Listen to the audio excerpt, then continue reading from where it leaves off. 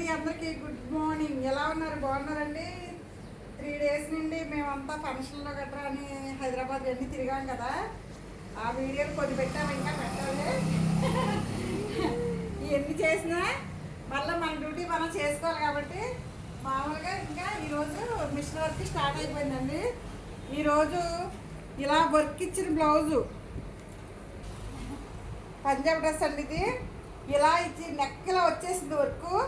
ఇలా వచ్చిన దాన్ని ఎలా డ్రాయింగ్ వేయాలి, ఎలా కట్ చేయాలి, ఏంటి అని మా స్టూడెంట్స్ అడుగుతున్నారండి.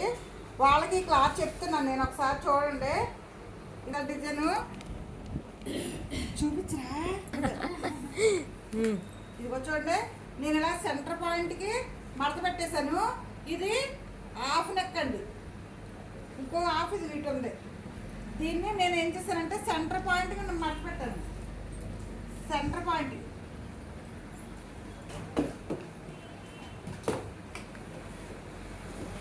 సమానంగా ఉన్నది లేదో కూడా చూసుకోవాలి.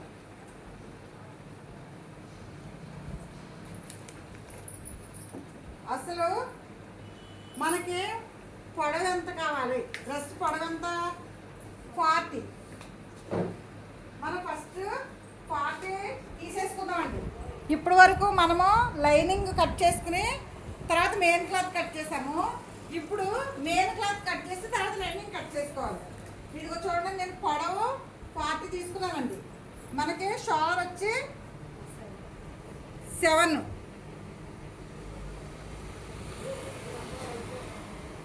దాంట్లో భుజం కాడికి ఇగో చూడండి, ఇక్కడ నెక్ కాడికి ఒక మార్కింగ్ పెట్టినా.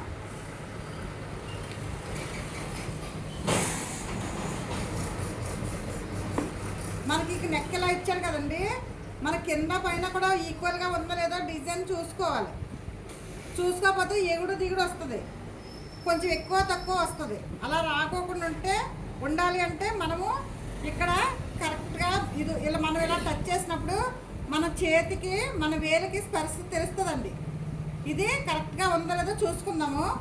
చూసుకుని ఇదిగో చూడండి, నేను ఒక 1/2 ఇంచు ఖర్చు వదిలేసి నేను గీస్తున్నాను. ఇదిగోండి భుజం. మనము షోల్డర్ 7 పెట్టుకున్నాం కదండి, సంఖ కూడా 7 పెట్టుకుందాం.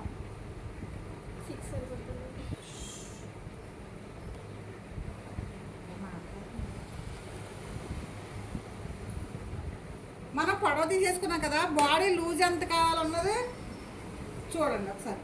Body loose 11 అంగుళాలండి. ఇటు మొత్తం కడ వరకు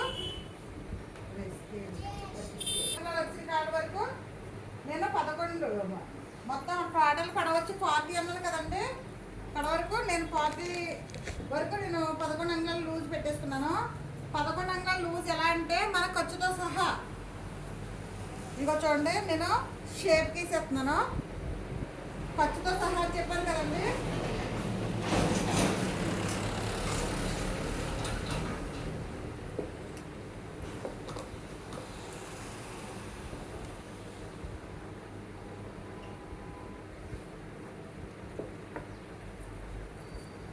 మనము ఇక్కడి నుంచి ఇదిగో సంఖ్య కాడ నుంచి 14 అంగుళాలండి.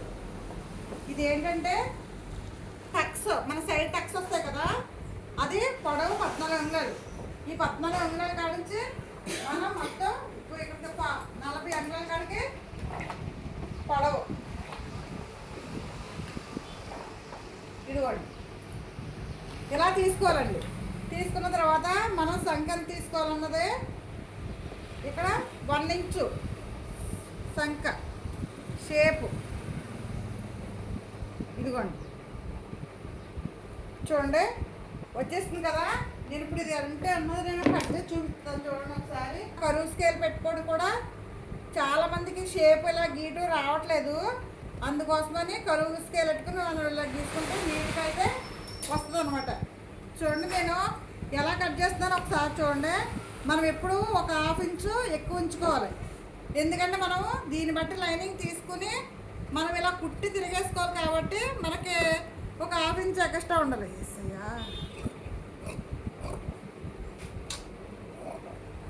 మాత్రం ఎక్కువ కట్ చేసినా కానీ ఒకసారి కటింగ్ అయితే మళ్ళీ మనకు రావాలన్నా రాదు.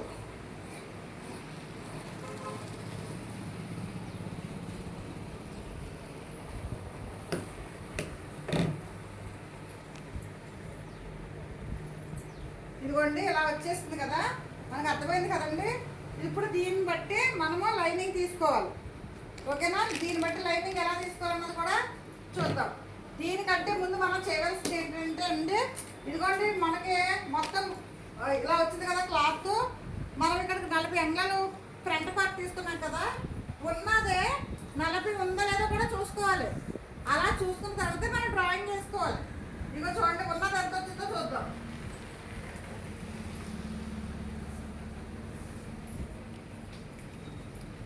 మనం ఇక్కడ తీసాం కదండి, ఇక్కడ నుంచి ఉన్న క్లాత్ ఎంత ఉందో చూద్దాం. ఇదిగోండి ఇక్కడికి వచ్చిందండి 40. అంటే ఇక్కడికి వచ్చిందంటే ఇంకా ఇంత క్లాత్ ఉంది. ఇది మనం హ్యాండ్స్కి ఉపయోగించుకోవచ్చు. క్లాత్ అయితే ఎగదిగా ఉంది. అర్థమైంది కదండి. మన ఫ్రంట్ పార్ట్ తీసిన తర్వాత బ్యాక్ పార్ట్ కూడా ఎంత ఈజీగా తీసేసుకోవచ్చండి. ఫ్రంట్ బ్యాక్ వేసుకుని మనం లైనింగ్ క్లాత్ తీసుకుంటే మనకి అర్థమైపోతుంది. ఇప్పటి వరకు మనము లైనింగ్ తీసుకుని అప్పుడు తర్వాత మెయిన్ క్లాత్ తీసుకునేవాళ్ళము. ఇప్పుడు మెయిన్ క్లాత్ తీసుకుని తర్వాత లైనింగ్ తీసుకోవాలి. ఓకేనండి, మీకు అందరికి అర్థమైంది కదా. Okay, bye.